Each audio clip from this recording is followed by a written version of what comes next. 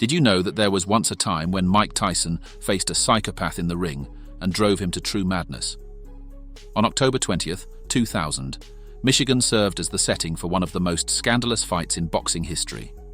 Two true psychopaths met in the ring. In one corner there was a living legend, the iconic Iron Mike. In the other, a crazy fighter named Andrew Golota. The event itself promised to bring fireworks to the world of sports, but it ended up only bringing a scandal that is still talked about to this day. Welcome. In today's video, we will relive the fateful night when Mike Tyson drove Andrew Golota crazy in the ring. Get comfortable, because I'm about to take you back more than 20 years to witness one of the most unheard of moments in the history of the sport. Our journey begins here. Before the catastrophic fight, Mike wasn't necessarily experiencing the best moment of his career. From being the young phenomenon who patiently made his way to the championship belt, he became just another fighter who let himself be consumed by life itself. Prison, drugs, street fights, among other events, gave Tyson the reputation of being an unstable athlete, but that didn't make him any less popular as a fighter. Despite his life outside the ring being a true whirlwind of misfortunes, fans still loved to see the beast that emanated in the ring. However, there was another boxer who could easily compete against Tyson in terms of madness. His name? You already know it. Andrew Golota. Golota was a fighter who, despite possessing all the qualities of a future champion, was weak in one small aspect: mental health. That small but vital factor occasionally led him to go crazy in the ring. But just as had been happening with Iron Mike, his crazy behavior made Golota much more popular in the eyes of the fans. That's why when it was announced that he would be next on the list of contenders to face Mike Tyson, the fans were incredibly excited. For them, this would be a fight from which many surprises could be expected, and they weren't wrong to make this observation. A month before the battle, the press conference took place. Both fighters were expected to be there at the same time, but Tyson arrived really late. The beginning of the conference focused on Golota, who claimed to be in the best shape of his life, physically speaking. By the time the former undisputed world champion appeared, 3 hours after the scheduled time, he made it more than clear that he was ready to face Golota. Finally, on October 20th, 2000, the showdown between the two psychopaths took place. First round. Tyson's left hand broke the ice. It wasn't the first time he faced a giant in the ring, so he already had a predefined target. With body shots, Mike would break Golota's armor blow after blow until he left him weak and defenseless. Surprisingly, the Polish psychopath showed respect for Iron Mike. Stepping back, he let him advance until he put himself in high-risk situations with the ropes behind him. His counterattacks didn't seem to maintain enough strength to shake Mike's world. Therefore, for the last minute, Tyson began to tempt fate and change his target to the head. Right uppercut, blocked by Tyson, tapping a little bit, not really unloading with these big shots. Right of the face over the left eye of Golota. There was less than 15 seconds left until the end of the round when a powerful right hook exploded on Golota's eyebrow. He's doing an excellent job, Steve. The impact managed to knock down the Polish giant without warning, shocking the audience present in the venue. Golota got up after the count of 3, but it was extended to the regular 8. Immediately, Andrew's face changed from determination to concern. He seemed compelled to continue with the fight, even though there was no one else around him.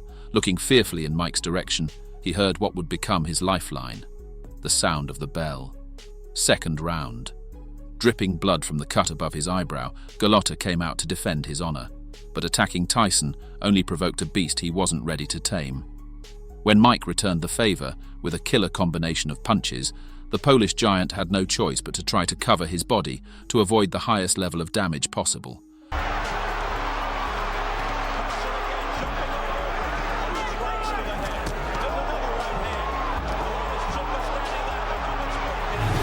With clinches, he tried to calm down Mike's aggressive offense. It was when Mike returned to what he does best: attacking the body.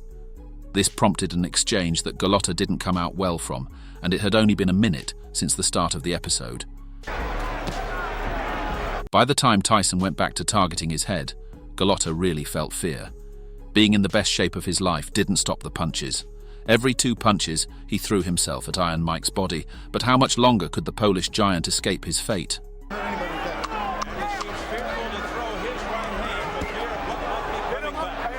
The program continued its course, with slow-motion replays of the best moments of the previous round. Suddenly, when Golota and Tyson were supposed to be seen returning from their corners to the center of the ring, the image captured by the cameras was incredible. They were trying to force the Polish giant to put on his mouthguard. This was a clear sign that the one who had claimed to have everything in order to defeat the great Iron Mike refused to go out to fight another round against him. Walking around the ring, head down, Golota even pushed the referee when he approached to ask him to return to the fight. He had truly been scared after just 2 rounds against the legend. While Golota represented madness, he had never been seen losing his head like this before. Time kept ticking, and the bell demanded that the fighters continue with the match. The struggle seen from Golota's corner was incredible. He looked like a spoiled child who doesn't want to take his medicine. Probably many people in the venue were confused, but not him. Golota was very clear about it. There was no force in this world that could force him to fight another episode against Iron Mike.